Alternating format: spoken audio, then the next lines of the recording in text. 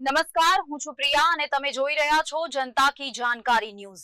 નજર કરીએ આજના સમાચાર. અમારી આંબલિયાળા પ્રાથમિક શાળામાં ભારતના 77મા ગણતંત્ર દિવસની ઉજવણી ઉત્સાહ અને ગૌરવભેર કરવામાં આવી હતી. કાર્યક્રમની શરૂઆત ધ્વજવંદનથી કરવામાં આવી હતી. ત્યારબાદ વિદ્યાર્થીઓએ રાષ્ટ્રગીત ગાઈને દેશપ્રેમની ભાવના વ્યક્ત કરી. શાળાના શિક્ષકશ્રીઓએ ગણતંત્ર દિવસના મહત્વ વિશે માર્ગદર્શન આપ્યું અને બંધારણના મૂલ્યો અંગે માહિતી આપી.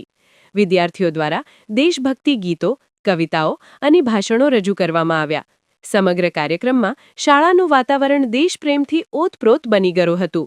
તેમજ અમારા ગામમાં છેલ્લા 5 વર્ષથી forest, PGVCL, post, police, GRD જેવી વિવિધ સરકારી નોકરીમાં ફરજ બજાવતા તેમજ વિદેશ સ્થાયી થયેલ 3 વ્યક્તિ ગામનું ગૌરવ વધારતા એવા સન્માનનીય વિદ્યાર્થીઓને શાળા પરિવાર તેમજ સમસ્ત ગામ વતી સન્માનપત્ર આપીને તેઓનું સન્માન કરવામાં આવ્યું.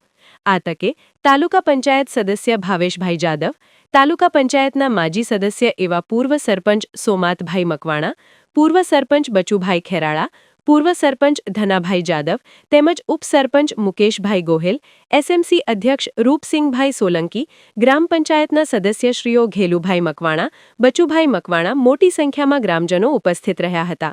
આંબલિયાળા ગામના સરપંચ વતી તમામ આગેવાનો, પ્રાશાળા સ્ટાફ, યુવાનોએ હાજરી આપી તેઓનો હૃદયપૂર્વક આભાર માનું છું.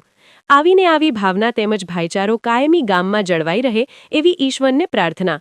અંતમાં ફરીવાર જેમણે આ કાર્યક્રમને સફળ બનાવવા મહેનત કરેલ તેમજ જે વિદ્યાર્થીઓ નોકરીમાં લાગેલ એમાં મોટો ફાળો હોય તો એ અમારી શાળા પરિવારનો છે.